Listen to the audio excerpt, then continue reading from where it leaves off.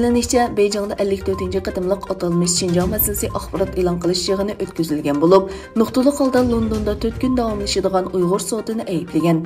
Yig'inda Xitoy doiralari mazkur sotning xalqaro qonun jihatdan hech qanday asosiy va unumi yo'q, bundaq bir sotni tashkillash huquqi yo'q deb jar solgan. Ular yana Uyg'ur sotiga qarshi japlab, mazkur sot Xitoyga qarshi mutaxassis va advokatlarni, artistlarni yig'ib kelib, Xitoyga qarshi surkashni maqsad qilgan. Bu Amerika va G'arb davlatlaridagi Xitoyga qarshi kuchlarning siyosiy pechkisi deb bijirilgan. Ikkinchi, Turkiya, Azerbaycan va Pokistonning alohida qismlari Azerbayjonning poytaxti Bakuda birlashma harbiy manevr o'tkazmoqda. Manevrga Qerindosh 2021 deb nom berildi.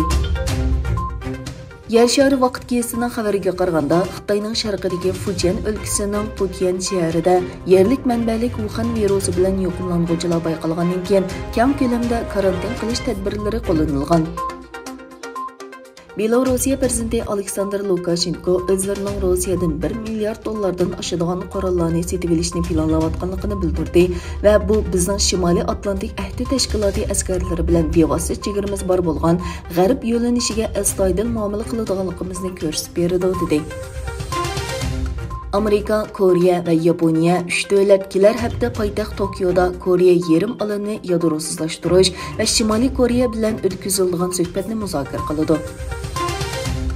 Amerika 11-sentabrdagi hujumni xotirlagan kuni Talibandan diqqat tortadigan qadam tashlandi. Talibanlar bayrog'ini poytaxtdagi prezident mahkamasiga qadab, 11-sentabr hujumining xotir kunida Afg'onistonda hokimiyat yurgizganligini e'lon qildi. Turkiyada hokimiyat yurgizayotgan Adolat va taraqqiyot partiyasi, ya'ni Oq partiyaning muavin raisi Noman Qurtulmush boshchiligidagi bir hay'at O'zbekistonda ziyoratda bo'lmoqda. Vakillar umiki O'zbekiston prezidenti Shavkat Mirziyoyev bilan ko'rishdi. Eron bilan Iroq o'rtasidagi viza talabi bekor qilindi.